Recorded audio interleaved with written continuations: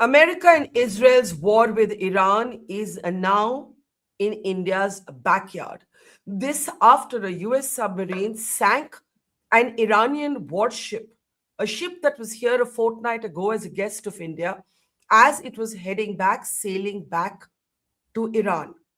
The operation was called Quiet Death, but the repercussions have been anything but quiet here in India, generating a fierce debate about whether America has displayed a unilateralism that crosses a red line. Yes, the ship was not in Indian waters, it was in international waters, but for a nuclear submarine, an American nuclear submarine, to expand the theater of war so close to India is something that has generated debate and disquiet. Against this backdrop, it is important to note that Prime Minister Modi has given his first major reaction on the unfolding war in West Asia, saying that military conflicts do not lead to any solution. And Foreign Secretary Vikram Misri has offered condolences on the death of Ali Khamenei at the Iranian embassy in Delhi. In a moment from now, we'll be talking to veteran diplomat Ambassador Talmiz Ahmed. I'm Barkha. You're with the Mojo Story. On the broadcast this evening, Prime Minister Modi has made his first major comment on the West Asia war. Although the comments were made in a broad-based sort of way while the Prime Minister was meeting with the leadership of Finland, Modi's comments are not coincidental. Modi said that a military conflict cannot lead to any solution, whether in Russia, Ukraine, or in West Asia. The Prime Minister's comments come on a day when Foreign Secretary Vikram Misri visited the Iranian embassy in the capital, signed the condolence book, met with Iran's ambassador. These were condolences offered on behalf of India over the killing of Iran's supreme leader Ali Khamenei, which is what led to this entire war. This was called an Israel-Iran war, but it is no longer that at all. It is a war that has pulled many countries into its domain. And now, with the release of this footage, the war has come to India's doorstep. The Americans revealed that a US nuclear submarine torpedoed or basically sank an Iranian warship as it was sailing back to Iran a fortnight ago. Sailors of the IRIS Dena were actually marching through the streets of Visakhapatnam. This was part of the Navy's fleet review, and these parades were reviewed by no less than President Murmu. This is, of course, an annual naval tradition. Even the Americans, by the way, took part in this exercise, but without any warships. This has generated debate and disquiet at home and also raised concerns about what all of this might mean for India's economic and security interests. I want to welcome to the program now our newsmaker. Ambassador Talmiz Ahmed is with us. He's a veteran diplomat. He's also served as the ambassador of Saudi Arabia, Oman, and the UAE. These are three countries that are very much central to what is unfolding between the Americans and Israel on one side and Iran on the other. Thank you very much, Ambassador Talmiz Ahmed. Before I get your first comment in, I just want to play out what the Prime Minister said, because I'd like to start there. His comments coming on the same day when the country is debating this action of the sinking of an Iranian warship near the coast of Sri Lanka in international waters, but in the Indian Ocean. This is what Modi said earlier today. Friend, Bharat और Finland दोनों rule of law, dialogue और diplomacy में विश्वास रखते हैं. हम एकमत है कि केवल मिलिट्री कॉन्फ्लिक्ट से किसी भी मुद्दे का समाधान नहीं निकल सकता. यूक्रेन हो या पश्चिमी एशिया, हम संघर्ष की शीघ्र समाप्ति और शांति के हर प्रयास का समर्थन करते रहेंगे. So, Ambassador Talmiz Ahmed, the Prime Minister making a kind of careful statement, but his first statement saying that military conflicts do not lead anywhere. We will keep advocating for peace. This came on the same day that the Foreign Secretary offered condolences. Those condolences were not officially offered in any statement so far, so they were significant. And then, of course, there's the entire episode with the Iranian warship being sunk off the coast of Sri Lanka in international waters, but in the Indian Ocean. Let's start with the Prime Minister's statement. Do you find the statement a kind of message, nuanced as it is, quiet as it is? Do you find it a clearer message than India has been, at least publicly, taking so far? With deep respect, I should point out that the conflict in West Asia is over 2 years old, and the conflict in Ukraine is more than 4 years old. I recall that PM had made remarks about Ukraine, saying to President Putin that this is not the era of war. And this was touted all over the world as a mild criticism of Mr. Putin. I am uncomfortable with these very loose, lightweight, and very loose and lightweight remarks. They serve very little useful purpose. I wonder if these remarks were conveyed to Prime Minister Netanyahu when the PM was there just a couple of days ago. At that time, the Prime Minister of Israel was preparing for war. And I'm almost certain that we were in the picture and that the visit was timed to ensure that we showed solidarity with Israel before the conflict. We stood shoulder to shoulder with the Israeli Prime Minister. I wonder if at that time this message was conveyed to him that military conflict serves no useful purpose.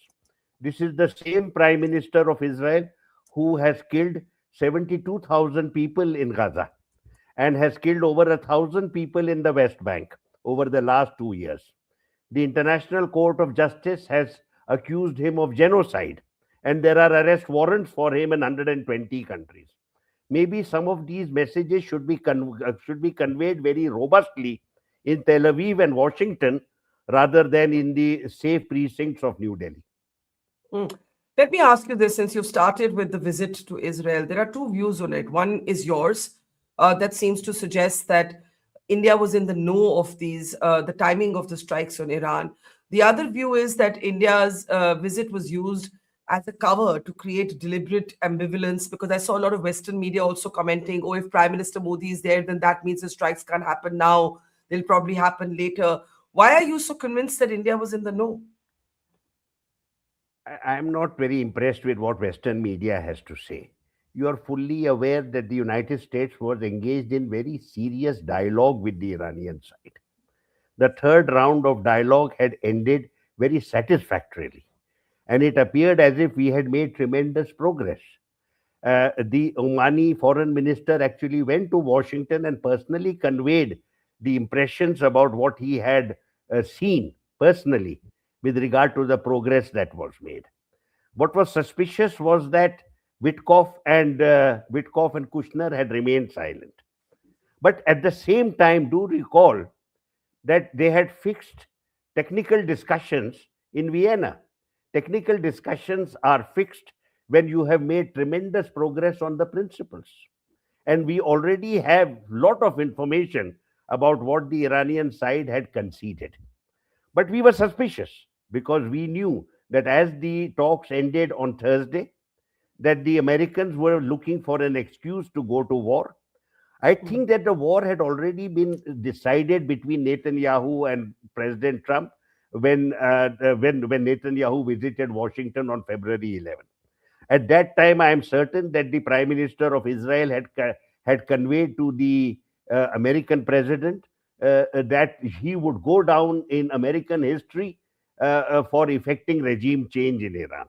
So it was the allure of regime change that was already in the air. And then you have the visit of our Prime Minister.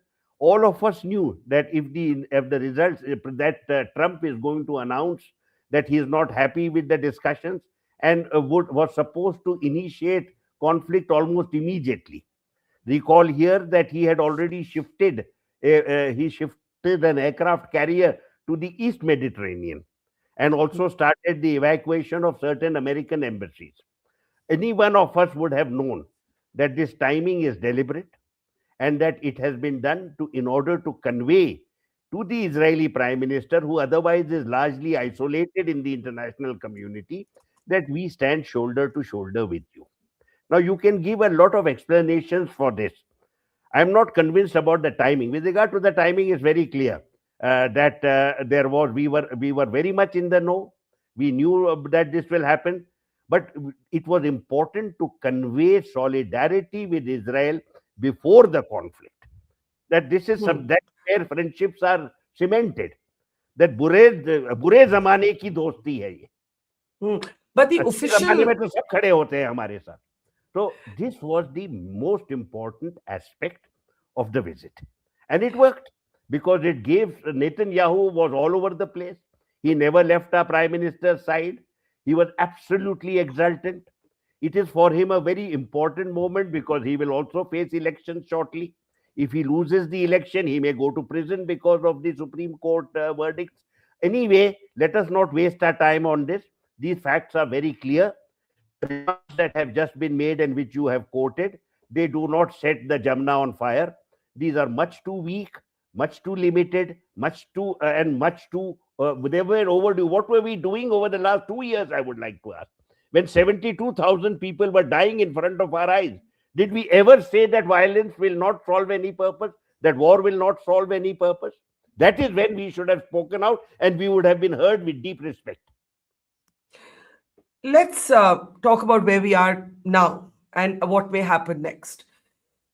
We have the ship, Iranian warship, um, sunk by the Americans, and the rescue operations were carried out by the Sri Lankans. It took place near the coast of Sri Lanka in international waters, but within the exclusive economic zone, the EEZ as it's called, of Sri Lanka. The Iranians made a big point of saying that the ship was there as a guest of India a fortnight ago. Jaishankar, Foreign Minister Jaishankar, has just spoken to his counterpart in Iran. And on the same day, we have seen Vikram Misri offering condolences in the Iranian embassy in the capital. This is the first official condolence that India has offered over the killing of Khamenei. Let's start with the condolences. How do you look at the foreign secretary taking part? Because in the morning we weren't sure whether who was going to go and sign this condolence book. With deep respect again, this is an embarrassment. Ayatollah Khamenei was the supreme leader of Iran. He had been in that position for several decades. Successive leaders from India and several other countries have met him and have been extremely respectful of him. He has been very close to India. Some of the most important agreements that we signed with Iran and engagements we had with successive prime ministers, Prime Minister Narsimha Rao, Atal Bihari Vajpayee, Dr. Manmohan Singh, all of them met the supreme leader. The supreme leader had a stature which is extraordinary, and we should be respectful of that stature. The murder of the supreme leader is one of the greatest travesties of modern times. And it is something it has wounded large numbers of people. It has also reminded people that, that Shia leaders from time to time have to sacrifice their life for a larger cause. I think Ayatollah Khamenei will enter that. Was this the best we could do to commemorate this great man's stature at a time when a neighbor and a very close friend, a country with which we have signed a strategic partnership initiative, but all of that, a foreign secretary is, to my mind, unacceptable in this regard. Minimum, there should have been a foreign minister. It should even have been a higher stature. But it appears to me that we are extremely cautious at this stage with regard to the optics of our association with regard to Iran, with regard to the war inflicted upon Iran. Where the optics as viewed in Washington and in Tel Aviv. What has happened? We are an extremely important country in the world, a very powerful and self confident country in the world. How did we get to the stage when we are looking so pathetic? in Why, the why, why, on why the do you world use that stage. word? Why do you use that word? That's a really strong word to use. Absolutely, it's obvious in front of you. We I- have this foreign secretary is not the appropriate stature for the signing of the condolence book. We should, if we had to stop the war, we should have spoken out very strongly, and our message should have gone to Washington and Tel Aviv.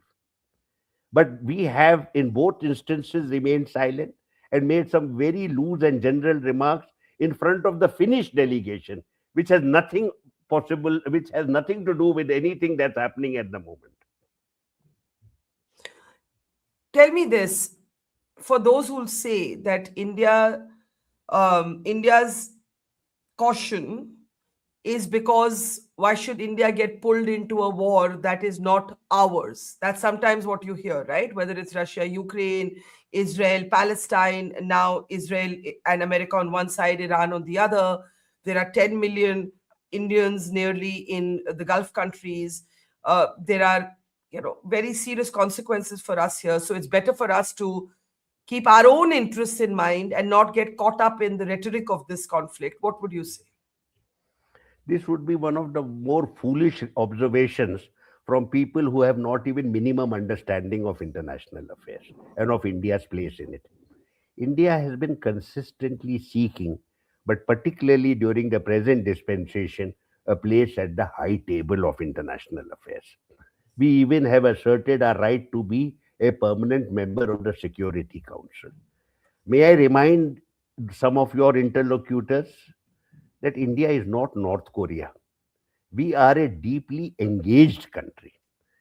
Again, we are located at the heart of the Indian Ocean, and we have deep seated concerns both with regard to what is happening in West Asia and what is taking place in Southeast Asia and Northeast Asia.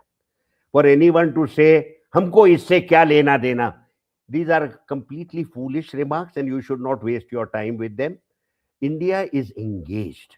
We have such high stakes in the region. We have our energy security, our trade, our investments, our joint venture, our connectivity project, and the presence of 10 million people who send off $40 billion. Can anybody say that these things don't matter? Humko isse kya lena dena? And I'm not asking us to send troops anywhere. I'm simply saying we should be a presence, our voice should be heard, and it should be heard with respect because we assert it on the basis of values.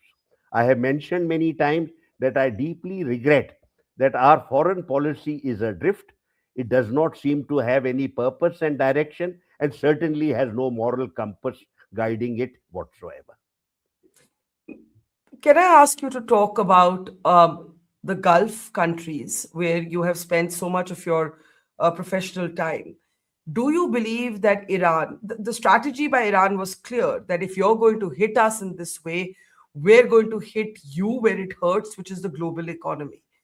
Do you believe that that was what are the repercussions of that? Because of course global trade, global economy, aviation is all hit, but do you believe that that was a mistake, or that is something that is going to create pressure on the Americans? How do you see it? It's very difficult to understand because this is one of the most pointless conflicts that one can imagine.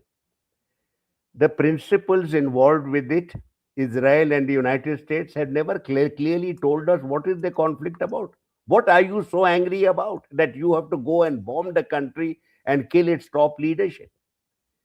I don't understand. We have had Secretary of State Rubio tell us that the Israelis started the war and we got in because we were afraid that the Iranians would hit our assets. And that's why we got into the war. Then Donald Trump corrects him and says, no, I am the one who put pressure on the Israeli side, and because of my pressure, the Israelis initiated the war.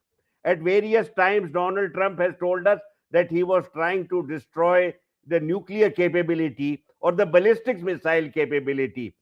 Sometimes we hear that it could be regime change because after Ayatollah Khamenei passed away, he said he is the most evil person on earth. This is the kind of very strange mindset of some of these leaders who undertake conflict and leave behind an extraordinary trail of death and destruction without any sense of purpose, without any motivation, without any understanding of the end game, and without any prospect of when to declare that we have achieved our aims. Today, I have heard President Trump saying he wants the armed forces to surrender. You have just killed their supreme leader, and you say that Yeah. they should surrender. Surrender while many of them may accept martyrdom rather than surrender. I am shocked to see the abysmal ignorance of important American leaders who are engaged with politics in the region. Recall here just a few days ago, Mr. Witkoff says on Fox News, we have mobilized such a huge military force, and Donald Trump is unable to understand why they won't capitulate. I mean, which world are you living in? This is most bewildering, and it is something that makes no sense whatsoever to me. So, in this background, the Iranians had made it very clear that they will hit American assets in the neighborhood. The entire neighborhood in front of them, the Gulf Arab countries, they have got American bases and major American presence. This is unfortunately the best that the Iranians can do. This is the firepower available with them. They have attacked certain iconic infrastructure as well as energy facilities besides Yeah. the American targets. Possibly their intention is to get these Gulf countries to agitate the matter in Washington and call a halt to this pointless conflict so that some semblance of stability is recovered. Yeah. Otherwise, you are looking at a very serious problem relating to global energy. I'm not talking about Hormuz. Hormuz may or may not be closed. I'm talking about serious problems relating to the supply. And then you would have prices going up. Is this what the international community wanted to have? High prices, high energy prices, which were inevitable once you started this conflict. All of us You know the mantra that is most significant is very easy to start a war, almost impossible to end it on terms that are acceptable and satisfactory to you. absolutely. All of us who And are students of conflict are familiar with this adage, and yet, once again, the United States has initiated conflict. Look at the disasters they inflicted upon Afghanistan and Iraq and Libya, left behind hundreds of thousands of people dead, devastated cities, communities, and civilization. And then they had the luxury that you and I don't have. Pack the bags and run. And that's what they do best. And that's what they will do again. you said that, and it's completely true, that it's Trump doesn't know basically how to end this war that he started. There is now talk of arming the Kurds and sending them in as proxies for American troops who will not put their own boots on the ground. What might be the implications if that actually happens? You see, the Americans have used and misused the Kurds several times. They are the saddest people in contemporary West Asia. They are the people who lose their lives for causes whose sponsors do not have any regard or respect for them. Recall here that in 1991, after the first Iraq war against Saddam Hussein, the Kurds had been mobilized and the Shia were mobilized. Very quickly, the Americans abandoned the Shia, though allowed the Kurds to get some autonomy, abandoned the Shia, and very large numbers of them were killed. Again, in the case of Syria, the Americans promised autonomy and support to the Syrian Kurds. At a certain time, Donald Trump, in his first term, abandoned the Kurds and said that the guardian of the region will be the Turks. As far as Iran is concerned, I do not believe the Kurds have any unity of purpose. They have no reason to rise against their mother country. They have been treated very well. They are an integral part of the community and society. As far as the Iraqi Kurds are concerned, they are deeply divided between the Barzani and Talabani. And according to my own information, the Talabani are very close to Iran. So I think that this is a very desperate, futile, indeed useless initiative. If the Americans are so desperate to put to war against another country, have the courage to not use these very fragile proxies. Go ahead and take the beating that is in store for you. Let me end by This happened asking in you. Afghanistan, and this happened in Iraq, and this will happen once again in Iran once they get it. Yeah, I mean, the history is testimony to the fact that wherever the Americans have tried regime change, they have left the country in a worse place than it was in when they came in. My last question to you is: do you see any off ramp or any contours of an off ramp at this moment? There is no evidence of this just yet. I would share with you my personal perceptions of how things are likely to go in the near future. Yes. Number one, I can say with complete confidence the Islamic order is not going to break down. Iran is not Iraq. In the case of Iraq, you had a one man rule, a dictator, Saddam Hussein. Once Saddam Hussein was decapitated, the system broke down. But you did not have a smooth transition that had been promised to George Bush Jr. by those absolutely wicked Iraqis who had met him and the neocons who were pushing the agenda. There was no roses all the way.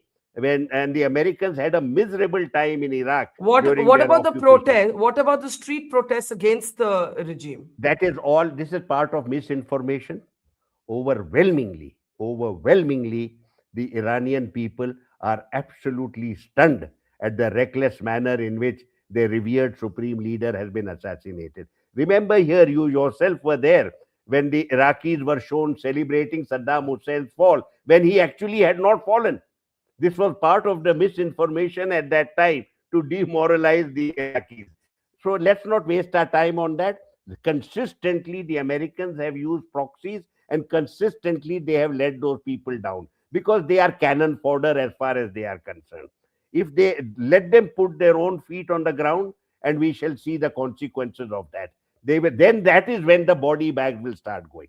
So according to me, there will be no fall of there will be no end of the Islamic Republic. Number one. Number two, I have serious doubts about Donald Trump's stamina and attention span. I can't see him fighting this war for 4 weeks or 6 weeks. At some Mhm. stage, he will desperately need to declare victory and back off, as Bush Jr. had done. Mission accomplished. That's when the Mhm. war began. And that is where you had the rise of extremist elements like Abu Musab Zarqawi, and you had the Islamic State. So I feel that something will happen. Maybe Turkey will take a peace initiative, maybe Saudi Arabia, maybe some other a group of countries persuade Donald Trump that he has won.